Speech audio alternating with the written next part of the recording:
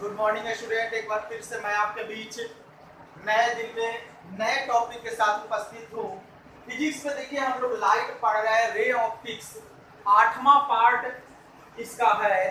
अब ध्यान दीजिए थोड़ा सा, इसमें कल तक हम लोग इसके नेक्स्ट वाले में, इसके बैक वाले वीडियो में हम लोग देखे थे कि दर्पण कितने प्रकार के होते हैं। आज हम लोग दर्पण से संबंधित और दर्पण की विशेषताओं के बारे में जानेंगे।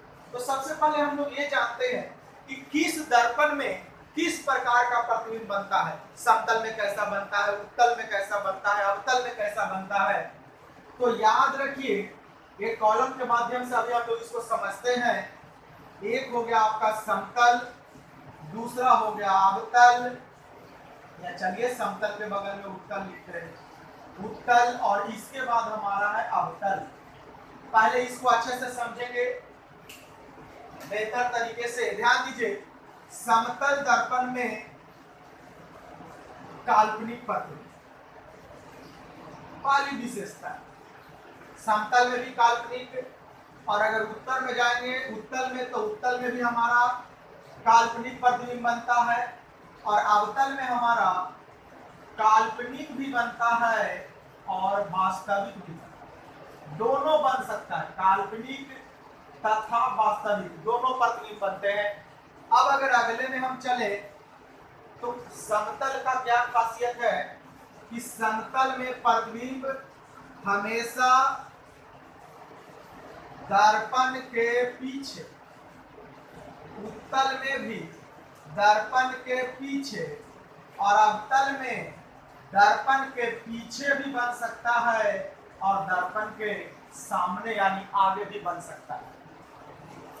अब ध्यान दीजिए, यहाँ पर तीसरा में जब हम चले तो तीसरा में याद रखिएगा कि समतल में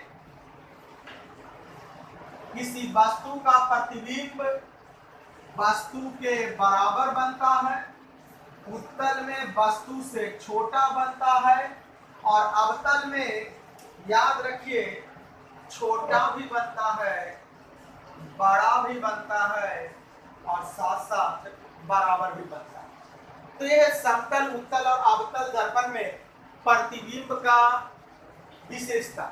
समतल में काल्पनिक, उत्तल में भी काल्पनिक, अवतल में काल्पनिक वास्तविक दोनों।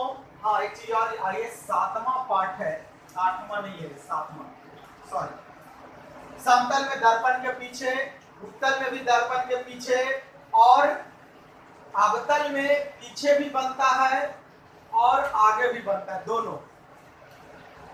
अब आगे हम लोग देखते हैं कि अब इसके बाद जो हम लोग को आज समझना है वो गोलीय दर्पण में कुछ परिभाषित शब्द को समझना है।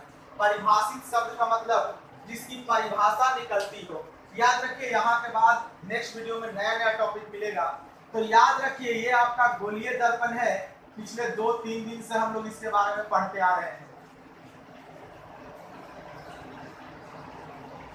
पहला होता है वक्रता केंद्र।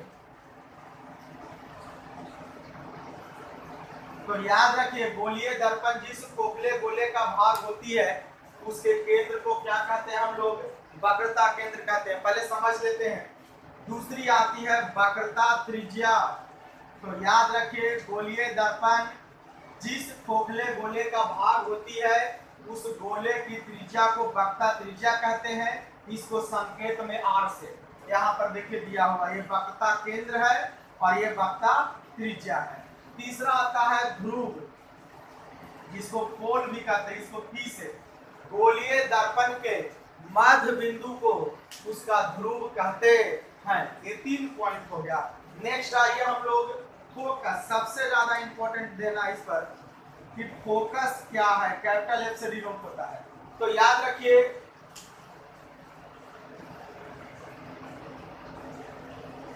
ये आपका गोलीय दर्पण है, ये आपका ध्रुव है, ये वक्रता केंद्र है। ध्रुव और वक्रता केंद्र को जो ये रेखा मिलाया जा रहा है, इस रेखा का नाम है आपका मुख्य अक्ष। दूसरा नाम होता है प्रधान अक्ष, या इसको अंग्रेजी में प्रिंसिपल एक्सिस भी कह सकते हैं। अब थोड़ा सा फोकस बनाएंगे। कहता है कि मुख्य अक्ष के समानांतर आती हुई किरणें याद रखिए, कोई भी किरण अगर मुख अक्ष के समानांतर आती है तो उसका एक एक नियम है, वो मुख अक्ष के जिस बिंदु को काटेगी उसी बिंदु को हम लोग दर्पण का फोकस करते हैं। मुख अक्ष के समानांतर आती हुई किरणें परावर्तन के बाद मुख अक्ष को जिस बिंदु पर काटती है उस बिंदु को दर्पण का क्या करते हैं हम लोग, फोकस करते हैं।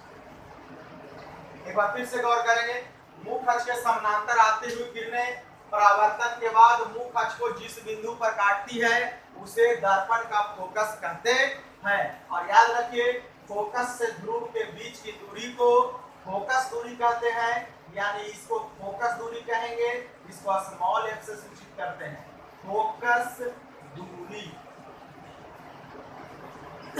अब इतना समझने के बाद सबसे पहले हम लोग इतना को लिखते हैं, क्योंकि समझने से काम नहीं चलेगा, लिखना भी पड़ेगा। तो चलिए क्वेश्चन लिखिए। तो समतल, उत्तल तथा अवतल, क्वेश्चन लिखिएगा, समतल, उत्तल तथा अवतल दर्पण में, समतल, उत्तल तथा अवतल दर्पण में बनने वाले प्रतिबिंब की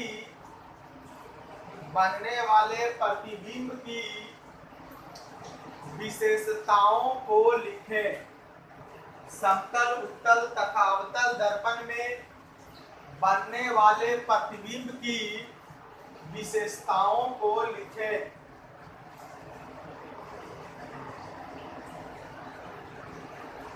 चलिए आंसर में लिखिएगा, समतल, उत्तल तथा अवतल, समतल, उत्तल तथा अवतल दर्पण में, समतल, उत्तल तथा अवतल दर्पण में बनने वाली प्रतिबिंब की विशेषता, बनने वाली प्रतिबिंब की विशेषता निम्नलिखित है। बनने वाली प्रतिबिंब की विशेषता निम्नलिखित है। सबसे पहले आप लोग समतल दर्पण लिख के डैश लगाइएगा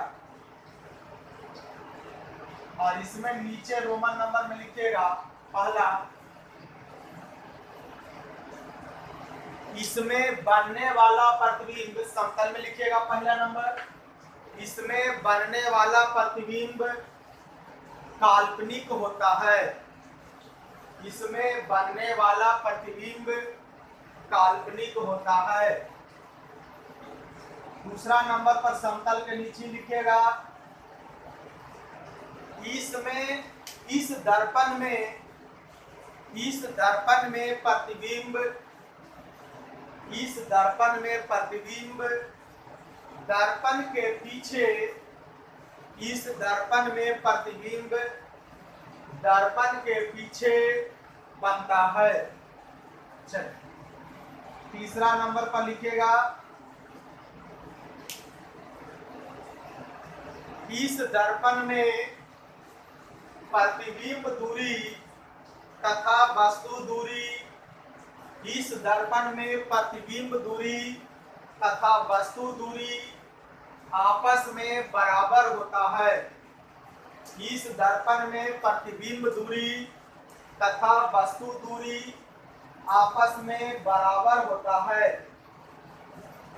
चौथा एक और हो जाता है, इसमें लिखिएगा, इसमें प्रतिबिंब की ऊंचाई, इसमें प्रतिबिंब की ऊंचाई तथा वस्तु की ऊंचाई, इसमें प्रतिबिंब की ऊंचाई तथा वस्तु की ऊंचाई आपस में बराबर होती है, आपस में बराबर होती है। चलिए नेक्स्ट लिखिए, उत्तल दर्पण लिख के डैश और इसमें पहला विशेषता लिखे, इसमें बनने वाला प्रतिबिंब, इसमें बनने वाला प्रतिबिंब काल्पनिक होता है, इसमें बनने वाला प्रतिबिंब काल्पनिक होता है। चलिए दूसरा नंबर पर लिखिए, दूसरा नंबर पर लिखिए, इस दर्पण में प्रतिबिंब, इस दर्पण में प्रतिबिंब दर्पण के पीछे बनता है। इस दर्पण में प्रतिबिंब दर्पण के पीछे बनता है।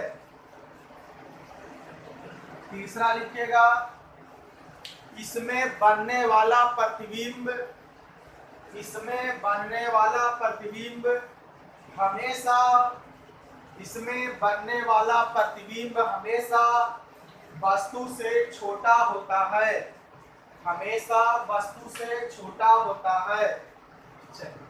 तीसरा नंबर में अब नीचे आइएगा, चौथा नहीं है इसका, लिखिएगा अवतल दर्पण, अवतल दर्पण, और यहां लिखिएगा रोमन नंबर में फर्स्ट। इस दर्पण में, इस दर्पण में वास्तविक तथा काल्पनिक, इस दर्पण में वास्तविक तथा काल्पनिक दोनों प्रकार के, इस दर्पण में वास्तविक तथा काल्पनिक दोनों प्रकार के प्रतिबिंब बनते हैं। इस दर्पण में वास्तविक तथा काल्पनिक दोनों प्रकार के प्रतिबिंब बनते हैं। दूसरा नंबर में लिखिएगा, देखिए इस दर्पण में प्रतिबिंब दर्पण के सामने, दर्पण के सामने या दर्पण के पीछे बनते हैं। दर्पण के सामने या दर्पण के पीछे बनते हैं। नेक्स्ट तीसरा पॉइंट लिखिए, इसमें बनने वाला प्रतिबिंब, इसमें बनने वाला प्रतिबिंब वस्तु से छोटा, कौमा बड़ा, वस्तु से छोटा, कौमा बड़ा या बराबर, या बराबर हो सकता है। छोटा कौमा बड़ा या बराबर हो सकता है। चलिए नेक्स्ट क्वेश्चन में अब आइएगा और लिखिए, गोलीय दर्पण से संबंधित, गोलीय दर्पण से संबंधित परिभाषित पद, गोलीय दर्पण से संबंधित परिभाषित पद। चलिए फोकस बनाते हैं यहाँ पर। पहले एक पिक्चर ड्रा करेंगे,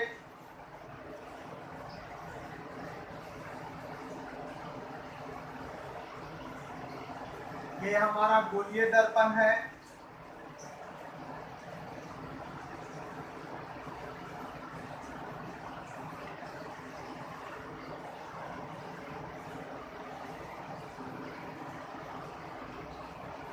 ये आपका मुख अक्ष है, यहाँ पर सी हो गया, मुख अक्ष के समानांतर आया तो काटा, तो इसको हम लोग क्या कह दिए, एफ कह दिए। एफ से पी की दूरी को फोकस दूरी कह दिए। सी और पी ये आपका वक्रता त्रिज्या होता है। चलिए पिक्चर ड्रा करेंगे और एक एक करके सभी चीजों को परिभाषित करेंगे। पहला पॉइंट लिखिएगा,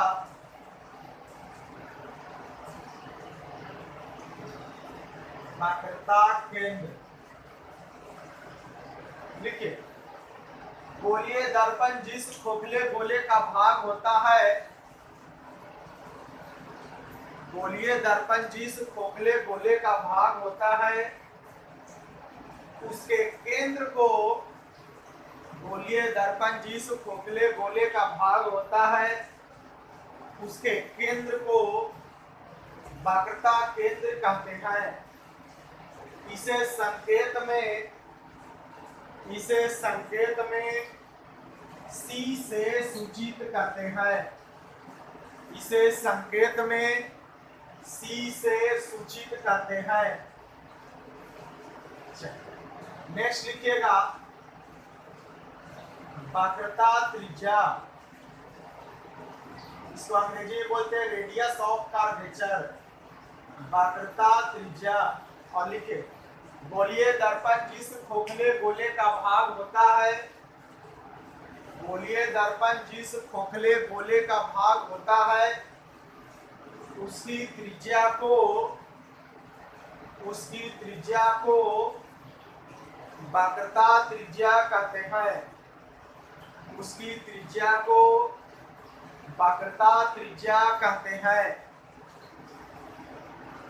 उसकी त्रिज्या को वक्रता त्रिज्या कहते हैं। इसे संकेत में कैपिटल आर से, इसे संकेत में कैपिटल आर से सूचित करते हैं। इसे संकेत में कैपिटल आर से सूचित करते हैं। चलिए तीसरा में आइए और लिखिएगा ध्रुव।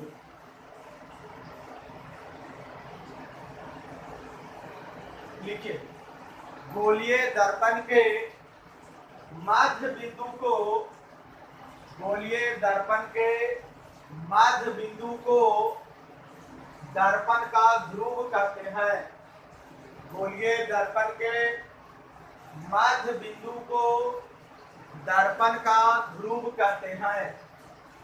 इसे संकेत में P से सूचित करते हैं। इसको इंग्लिश से पोल बोलते हैं हम लोग। नेक्स्ट चौथा लिखिएगा मुख अक्ष।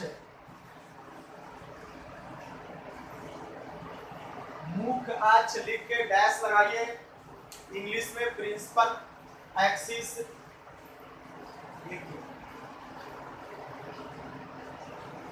वह रेखा जो वक्रता केंद्र तथा ध्रुव को, वह रेखा जो वक्रता केंद्र तथा ध्रुव को आपस में जोड़ती है, उसे मुख अक्ष कहते हैं। उसे मुख अक्ष कहते हैं। पांचवा पॉइंट लिखिएगा फोकस। मुख अक्ष के समानांतर आती हुई प्रकाश की किरणें, मुख अक्ष के समानांतर आती हुई प्रकाश की किरणें परावर्तन के बाद मुख अक्ष को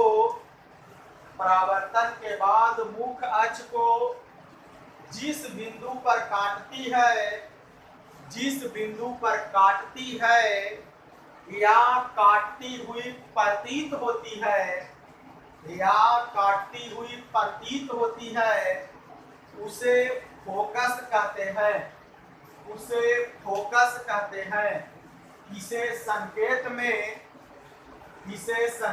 में कैपिटल F से, इसे संकेत में कैपिटल F से सूचित करते हैं।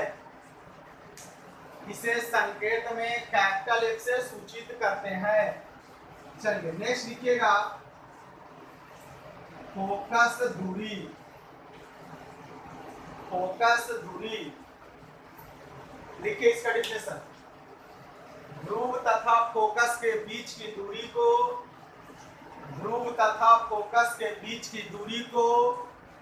फोकस दूरी कहते हैं। ध्रुव तथा फोकस के बीच की दूरी को फोकस दूरी कहते हैं। ध्रुव तथा फोकस के बीच की दूरी को फोकस दूरी कहते हैं। इसे संकेत में स्मॉल एफ से, इसे संकेत में स्मॉल एफ से सूचित करते हैं। इसे संकेत में स्मॉल एफ से सूचित करते हैं। लास्ट लिखिएगा द्वारक। याद रखिए जो दर्पण है, दर्पण का मुंह जितना चौड़ा होता है उसी को दर्पण का द्वारक कहते हैं। लिखिए दर्पण के चौड़ाई को, दर्पण के चौड़ाई को उसका द्वारक कहते हैं। दर्पण के चौड़ाई को उसका द्वारक कहते हैं। तो चलिए नेक्स्ट कल हम लोग अपवर्तन पढ़ना शुरू करेंगे। अपवर्तन, पूर्णांतरित, परावर्तन, ये सब चीजें। और समझिए कि आप धीरे धीरे 12th की ओर हम लोग आना शुरू कर रहे हैं लाइफ में। तो नेक्स्ट वीडियो में मिलते हैं फिर से। आज आप लोग अच्छे से पढ़िए, नोट्स बनाइए, खूब मेहनत कीजिए। अभी आपको पूरा समय मिल रहा है, जो पढ़ाया गया उसको पूरा रिवीजन कीजिए, ये आपकी जिम्मेवारी है। और याद रखिए अब आपको ईमानदारी से काम करना होगा, क्योंकि अभी आपको कोई डांटने और कोई बोलने वाला नहीं है। पहले तो क्लासरूम में रोज मुलाकात होती थी, रोज कुछ डांटते थे, होमवर्क चेक करते थे, कुछ भी होते रहता था। आपकी जिम्मेवारी है अच्छा से एकदम मेहनत करके पढ़िए। कल फिर से नेक्स्ट वीडियो में मिलेंगे। हड़बड़ाना एकदम नहीं है। जैसे ही कोचिंग खुलता है 4 गुना ज्यादा मेहनत से आपको पढ़ाने का काम करेंगे। ऑनलाइन भी पढ़ाएंगे और ऑफलाइन भी पढ़ाएंगे, दोनों माध्यमों से जुड़ेंगे। इसलिए पैनिक नहीं होना है, हड़बड़ाना नहीं है। आराम से जो भी है उसको चलते रहिए, याद करते रहिए।